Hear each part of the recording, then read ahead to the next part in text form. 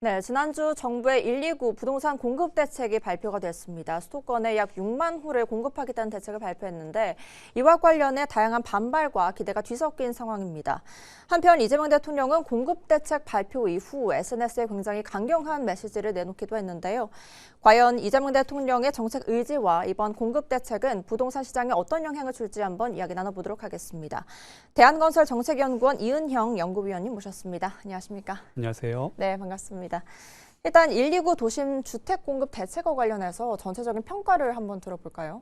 네, 이번에 발표된 내용은 서울과 수도권의 유휴부지를 활용하고 공공청사를 복합 개발해서 약 6만 가구 정도의 집을 공급하겠다는 것입니다. 사실 종전부터 정부가 어떤 대책을 낼 것인지에 대해서 세간의 기대가 컸기 때문에 일부에선 좀 더 실망한 부분도 있습니다. 사실 더 큰 내용이 나올 걸 기대를 했었는데 그 실제 나온 내용이 그렇게 크지 않았습니다. 그런데 이런 부분들은 보는 시각에 따라서 평가가 갈릴 수 있습니다. 만약에 지금 정부가 발표한 내용을 이번 정부가 가능한 모든 방안을 강구하겠다라는 것으로 본다면 충분히 긍정적입니다. 하지만 이걸 뒤집어서 그걸로 주택 문제를 해결할 수 있는가라고 한다면은 충분하지 못합니다. 이번 같은 경우에는 전자로 보는 게 더 적절합니다. 네, 수도권에 6만 호를 공급하겠다는 대책이 밝혀지자 이것이 어떻게 보면 세간의 기대에 못 미치는 발표여서 약간의 실망도 있었긴 했습니다만 사실 가장 중요한 것은 개발과 정비 사업에는 굉장히 많은 시간이 소요되지 않습니까? 이 6만 호가 사실 착공하는 게 2027년에서 2028년부터라고 얘기가 들려오고 있거든요. 사실 공급 속도를 맞추기 위한 너무 먼 미래가 아닐까 이러한 우려도 있거든요. 네, 사실 먼 미래이기도 합니다. 그런데 이것과 함께 더 중요한 것은 지금 계획된 일정보다 실제로 착공에 들어가는 시기가 더 미뤄질 수 있다는 겁니다. 그 이유는 지금 발표된 유휴부지들의 적지 않은 부분이 해당 지자체나 소유하고 있는 주체와의 협의가 충분하게 이루어지지 않았기 때문입니다. 대표적으로 서울 용산과 태릉 CC 그리고 과천 경마장 부지를 보게 되면 용산 같은 경우에는 서울시에서 국제 업무지구를 구축하려는 지역에 4,000세대 가량의 아파트를 더 짓는 내용이고 태릉 CC는 인근에 세계문화유산이 있습니다. 이건 이미 과거 여러 해 전부터 꾸준하게 문제가 되어온 사안이기도 합니다. 그리고 이번에 새로 추가된 곳이 과천의 경마장 부지인데 이 경마장은 경마공원, 레스토랑파크 이런 식으로 이름이 지금 바뀌어 있습니다.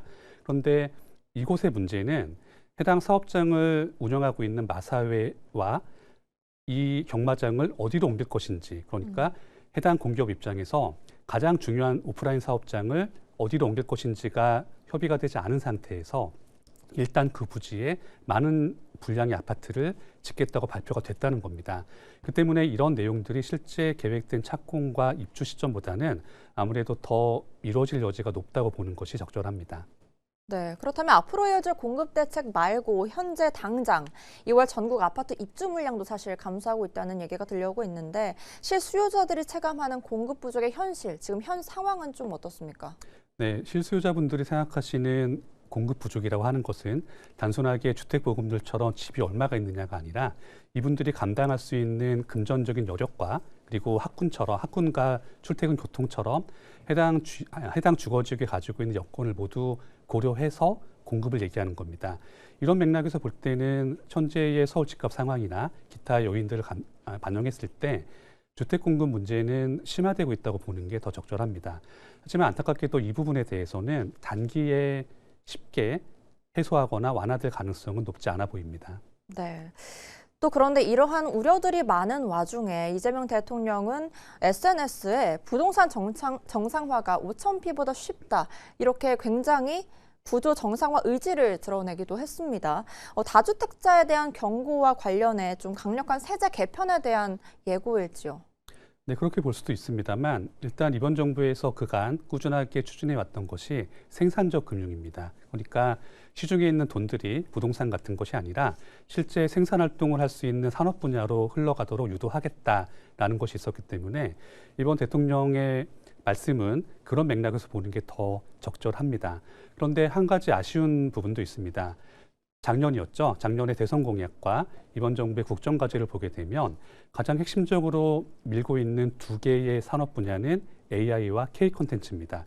그런데 현재 이 분야들이 그렇게 크게 부각을 받지 못하는 상태에서 정부 주도로 부동산에 대한 관심을 이슈화시키는 것이 올바른 것인가라는 부분에 대해서는 조금 아쉬운 점이 있습니다. 네.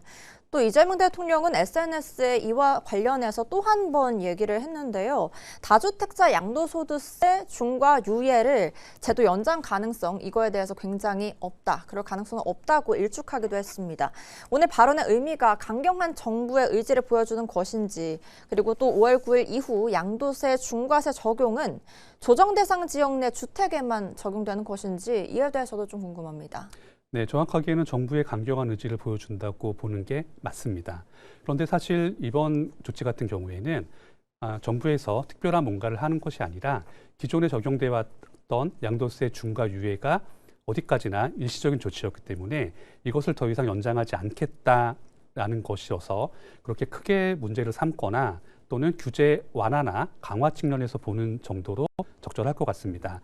그리고 양도세 중과 같은 경우에는 모든 지역에 적용되는 것이 아니라 조정 대상 지역에만 적용이 됩니다. 그런데 문제는 작년에 이미 정부에서 서울과 인접 수도권을 모두 묶어서 조정 대상 지역, 그러니까 토지거래 허가 구역으로 지정을 했습니다. 그 때문에 양도세 중과 유예가 연장되지 않는다면 앞으로는 서울과 인접 수도권 지역에서 발생하는 모든 다주택자의 부동산 거래에 있어서 양도세가 중과되는 상황이 발생하게 됩니다.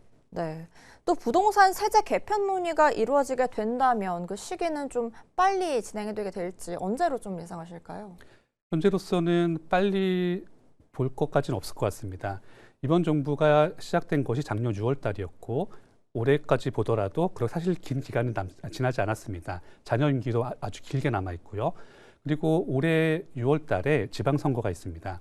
그 때문에 아무래도 지방선거 이후에 좀 더 시간을 두고 보유세나 기타 관련 논의가 추가될 것으로 볼 수 있습니다. 네. 그런데 계속되는 이러한 부동산 대책에도 불구하고 부동산 집값 상승세는 계속 이어지고 있는 상황입니다. 공급난과 매매 절벽 속에서 서울 중심 집값 상승세가 좀 유지될 걸로 보시는지요? 네, 현재로서는 그렇게 보는 게 적절합니다. 실제로 우리가 작년부터 보아온 것이 에브리띵 랠리라는 것이었습니다. 그러니까 금도 오르고 은도 오르고 사실상 여러 실물 자산들, 투자 자산들의 가치가 오르고 있는 상황이기 때문에 이런 시점에서 특정 유형의 실물 자산인 부동산을 한정하고 그것도 그 지역들, 주요 지역과 주택의 유형, 아파트 정도로 한정해서 가격이 오르지 않기를 바라는 것은 쉽지 않은 내용입니다. 그 때문에 당분간 서울과 주요 지역의 가격 상승은 그 변동폭이 크든 작든 지속될 것으로 보는 게 적절합니다. 네, 앞으로도 부동산 정책과 부동산 가격 상승세를 한번 좀 지켜봐야 될 것 같습니다. 지금까지 부동산 정책과 부동산 시장 전망까지 알아봤습니다. 오늘 말씀 감사합니다. 감사합니다.